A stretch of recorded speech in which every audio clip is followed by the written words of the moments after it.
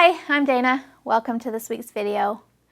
You've all seen it. You've been in the mall or the grocery store and you've seen that child where you're thinking to yourself, he's too big for a soother or a pacifier, right? We all make these little judgments, even though we're, trying to be supportive. And it might even be you. You're the one with the child that he's too big for that pacifier.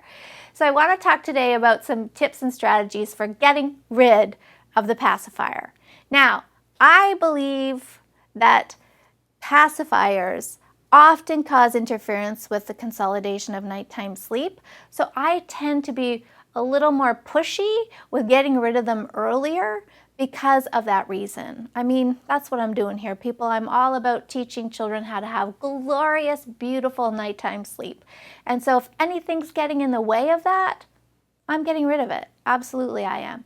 And even if your child doesn't wake you up, they are having wake-ups in the night, full wake-ups in the night, where they have to find that pacifier and get it back into their mouth. And that's a fragmented night. That's a broken night.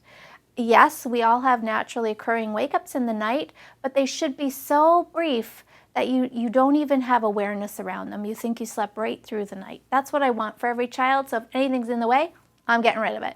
But what if, you know what, you missed the memo on that, and now you've got a child where you're thinking, it's time, let's get rid of this thing. Great, then let's do it. Now there's a few different ways you can do it. I'm the kind of mom, let's just rip that Band-Aid right off fast, get this over with. And so if it were me, I would just gather them all up one day and throw them out. And they're gone. They're gone. Now, I want to share with you some good news. Almost always, you, the parent, are way more attached to this pacifier than the child is. And that might shock you, but it's the truth. When I tell parents to get rid of a pacifier, their face goes white, they get super nervous, they might even start to sweat. But it takes a day or two. It's gone. It's over. It's not that big of a deal to the child. You're just making it one. Okay, so if you've decided, hey, just go for it. She may ask for it. There might be even a little bit of tears now and then, right, throughout the day. But within a couple of days, she'll have completely forgotten that she ever even used one.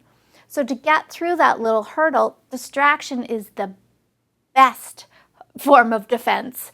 If she starts asking for her pacifier or her soother or whatever she calls it, oh, it's time for snack, let's go have a snack, or oh my goodness, let's go and call grandma, or oh, let's go and take the laundry out. Just distract her from the idea. Children are very easy to distract.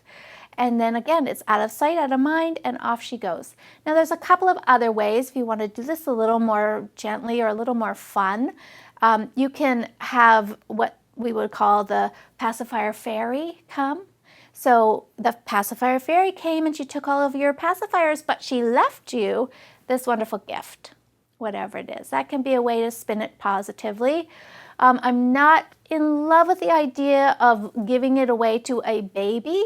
If you've got a baby in the house or someone who had a baby, I don't really like to get the toddler involved in giving the pacifiers to the baby, because toddlers have this sort of love-hate relationship with growing up. They want to be big boys, they want to be big girls, but they're also still babies in lots of ways. And so they might even actually like the idea of giving the pacifiers to the baby, but somewhere in the near future they're going to have some regret around that. And they're going to wish that they hadn't. And they might start saying, I'm the baby, I want those back. So I would steer away from that approach.